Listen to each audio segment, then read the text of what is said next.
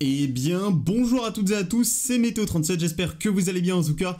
Moi ça va super et aujourd'hui on se retrouve pour cette nouvelle vidéo, ce nouveau point météo où nous allons parler de la situation à venir pour les 3 prochains mois pour cet hiver avec les prévisions saisonnières de l'hiver 2024-2025. Je vous les avais promis pour cet hiver, les voilà. Des prévisions saisonnières que je sors très tard évidemment, dans le dernier jour de l'automne météorologique, ce 30 novembre. Je vous l'avais dit, je vous avais prévenu là-dessus. Je vous avais dit que je les sortirais au tout dernier moment, ces prévisions saisonnières, pour les sortir au plus proche finalement de l'hiver. Nous sommes le dernier jour de l'automne, donc nous sommes au plus proche de l'hiver. Alors, ces prévisions saisonnières, je vais vous les présenter sous un diaporama, évidemment. Je vais vous présenter les prévisions de décembre, janvier, février, évidemment. Je ne vais pas aller vers mars ou avril. Moi, ça ne m'intéresse pas. Ce qui m'intéresse, c'est les 3 mois de l'hiver vraiment, donc décembre, janvier, février. Évidemment, plus nous allons aller loin dans l'hiver, et notamment vers le mois de février, moins les prévisions peuvent être fiables et plus elles sont susceptibles de changer au courant de cet hiver. Je vous en reparlerai évidemment durant la vidéo. Donc, déjà, on va passer au premier mois de l'hiver 2024-2025, c'est décembre 2024. Alors, les premières tendances de décembre, vous les connaissez, celles des prochaines semaines tout simplement. Une première décade de décembre qui s'annonce certainement un petit peu plus au-dessus des normes de saison au niveau des températures. Même si, voilà, vous le savez, nous avons quelques petites anomalies plus froides qui sont annoncées notamment vers le nord-est du pays, très globalement au niveau de l'indicateur thermique national, et c'est d'ailleurs ce que je fais pour toutes mes prévisions saisonnières. Je ne parle jamais d'anomalies, que ce soit de précipitation ou de température au niveau régional. J'ai toujours parlé dans mes points météo, dans mes prévisions saisonnières, pardon, et ce sera toujours le cas au niveau national. Donc, à part un petit peu de froid, globalement pour cette première décade du côté du nord-est du pays, les températures seront sur le reste malheureusement de la France au-dessus des normes de saison. Ça nous donnera une anomalie un peu plus au-dessus des normes de saison durant cette première décade du mois de décembre. À la fin de la première décade, vers les 7-8 décembre, vous le savez maintenant, nous allons avoir une phase un petit peu plus froide qui va se mettre en place autour en somme du 10 décembre, qui va entamer un refroidissement qui sera certainement le plus marqué au début de la seconde décade du mois de décembre, et je vois d'ailleurs une première partie globalement de deuxième décade de décembre en dessous des normes de saison, avant que entre le milieu et la fin de deuxième décade nous renouions sous nous pourrions renouer au niveau des normes de saison ou un petit peu plus au-dessus des normes de saison, mais je pense que en globalité cette deuxième décade du mois de décembre sera légèrement en dessous des normes de saison ou autour des normes de saison. Et ensuite vient la dernière décade, la décade des fêtes, Noël évidemment, et en se rapprochant du nouvel an. Je pense que pour cette dernière décade, nous aurons un temps un petit peu plus doux au début, malheureusement, vers les 20, 21, 22, 23 décembre. Et il se peut que nous ayons un temps un petit peu plus doux avant que celui-ci ne se rafraîchisse, voire se refroidisse de nouveau à partir du milieu et de la fin de la dernière décade du mois de décembre, et ce qui pourrait finalement permettre en globalité d'avoir une dernière décade de décembre à peu près autour des normes de saison ou légèrement en dessous des normes de saison. En globalité, si vous prenez tout ce que je vous ai dit au niveau des 3 décades de décembre, et bien décembre finirait tout simplement autour des normes de saison, d'où le fait que je vous ai affiché des anomalies qui seront entre plus 0,5 et moins 0,5, parce qu'il sera au-dessus des normes de saison, mais pas forcément à 0 tout pile. Il se peut qu'il soit à plus 0,1, plus 0,2, plus 0,3, ou moins 0,1, moins 0,2, moins 0,3.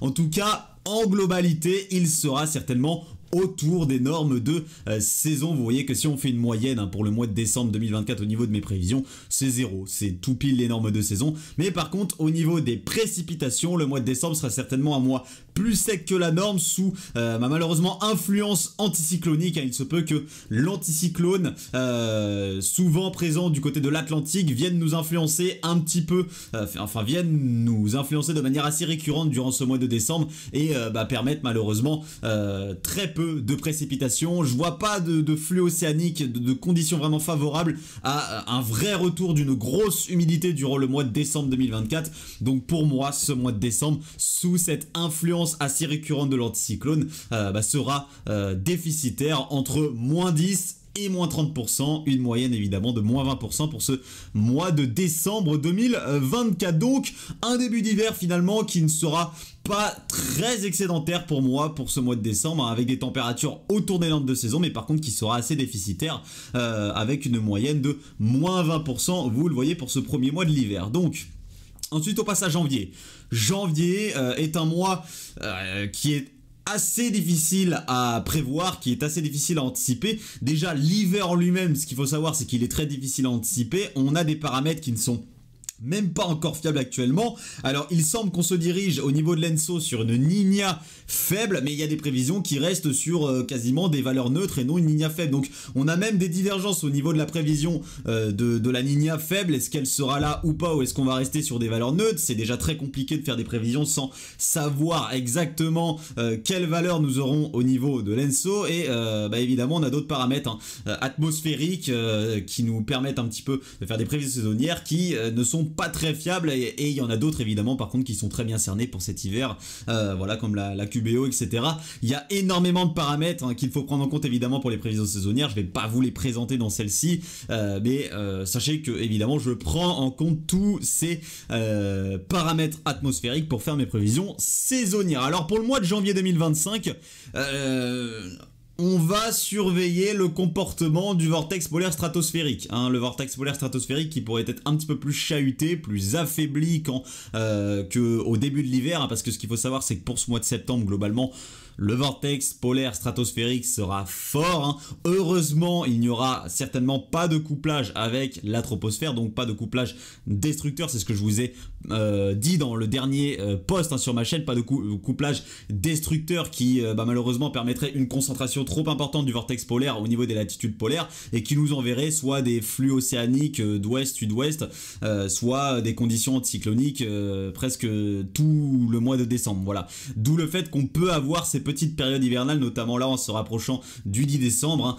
C'est parce que nous n'avons pas ce couplage stratosphère-troposphère. Donc là, le vortex polaire stratosphérique, il va certainement s'affaiblir en arrivant vers le mois de janvier, ce qui sera une très bonne nouvelle déjà, parce que si on a des couplages entre la troposphère et la stratosphère, il y a moins de chances pour que le vortex polaire troposphérique vienne se concentrer sur les latitudes polaires, se concentrer fortement et nous apporter les phénomènes que je vous ai dit précédemment. Et donc la bonne nouvelle, c'est que si il s'affaiblit, s'il y a ce couplage, le vortex polaire troposphérique, lui aussi, sera affaibli. On aura en plus des échanges de chaleur entre la troposphère et la stratosphère. En somme, des conditions favorables à des blocages de haute latitude. Donc, il va falloir surveiller certainement l'émergence de conditions, de blocage aux hautes latitudes durant le mois de janvier 2025 qui pourrait permettre du froid aux moyennes latitudes. Donc, là aussi, il n'y a pas d'anomalie énorme qui ressort durant ce mois de janvier 2025. Alors j'ai vu des prévisions saisonnières qui voyaient un mois de janvier sous l'auspice du flux océanique,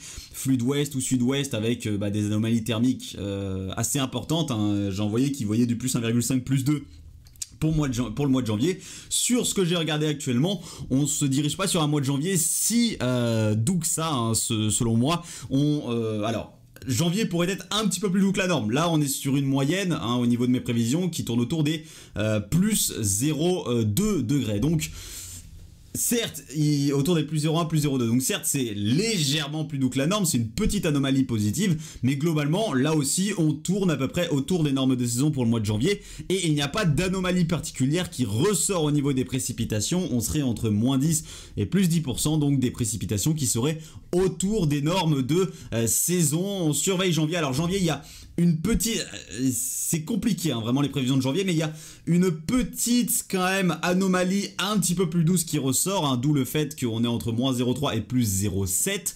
Il y a vraiment cette petite anomalie plus douce qui ressort, mais il y a quand même des incertitudes actuellement sur ce mois, et il n'est pas impossible que les conditions hivernales que nous pourrions avoir durant ce mois de janvier soient un petit peu plus longues que prévu, et que finalement janvier est une anomalie un petit peu moins élevée que prévu. Donc le mois de janvier, je pense que la première quinzaine de janvier nous réserve de nouveau des surprise de conditions hivernales. Alors, nous aurons certainement des conditions hivernales sur la première quinzaine du mois de janvier. Pourquoi pas, cela pourrait se prolonger vers les 15-20 janvier. Et ensuite, je pense qu'en dernière décade du mois de janvier, les conditions pourraient être un petit peu plus douces sous flux d'ouest ou sud-ouest. Et là, faire remonter malheureusement l'anomalie du mois de janvier 2025. Un petit peu comme ce qu'on a eu en janvier 2024 finalement. Ce ne sera pas forcément dans la même configuration, hein, mais ce serait de la même sorte, hein, avec deux premières décades qui pourraient être finalement assez hivernales et une dernière décade un petit peu plus douce finalement. Donc on verra évidemment comment va se comporter ce mois de janvier, mais voici mes prévisions saisonnières de ce mois-ci. Donc en moyenne autour de plus 0,1, plus 0,2 et pas vraiment d'anomalie de précipitation qui ressort. Voilà, donc on serait entre moins 10 et plus 10% pour ce mois de janvier 2025. Et ensuite nous arrivons au mois de février 2025, le dernier mois de l'hiver météorologique, celui qui évidemment est souvent le moins fiable, hein. C'est évidemment le mois qui est le plus éloigné. Nous sommes actuellement le 30 novembre, hein, donc au niveau de ce mois de février 2025. Alors il y a une anomalie qui ressort actuellement, c'est celle d'un flux d'ouest à sud-ouest assez récurrent et finalement un flux océanique assez récurrent durant ce mois de février 2025, donc une douceur assez persistante finalement durant ce mois de février. Il n'est pas impossible qu'en arrivant en première quinzaine du mois de février, nous ayons une petite courte période hivernale, hein, mais qui serait malheureusement assez fortement éclipsée par les flux d'ouest à sud-ouest qui seraient beaucoup plus récurrents durant ce mois de février 2025. D'où le fait que l'anomalie soit bien positive entre plus 0,5 et plus 1,5 et que l'anomalie de précipitation soit elle aussi positive entre plus 10% et plus 30% pour le mois de février 2025. Donc une moyenne de plus 1 pour le mois de février 2025. Si on fait la moyenne de notre hiver, donc 2024-2025, eh bien finalement on est autour des plus 0,3, plus 0,4 hein, au niveau de l'anomalie thermique.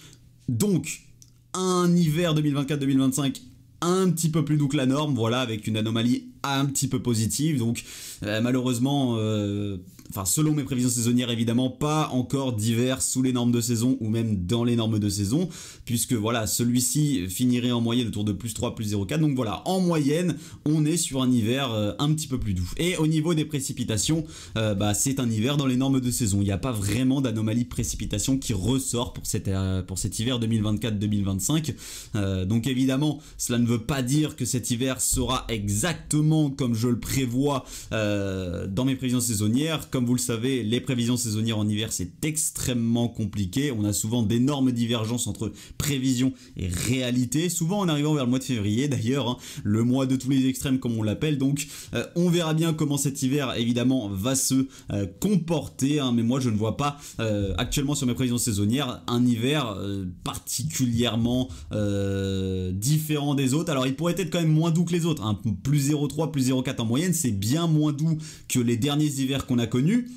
Ce serait d'ailleurs un des hivers les plus frais depuis 2017-2018 finalement, si on prend la moyenne, mais ça resterait un hiver au-dessus des normes de saison avec une anomalie un petit peu plus douce que la norme, mais pas d'anomalie de douceur énorme pour cet hiver 2024-2025, comme actuellement beaucoup d'ailleurs de modèles saisonniers le voient. Bon, on verra évidemment. En tout cas, merci à tous d'avoir suivi ces prévisions saisonnières. Je vous les ai sorties comme promis et on espère que notre hiver 2024-2025 nous réservera d'énormes surprises, évidemment. Donc, merci à tous de l'avoir suivi.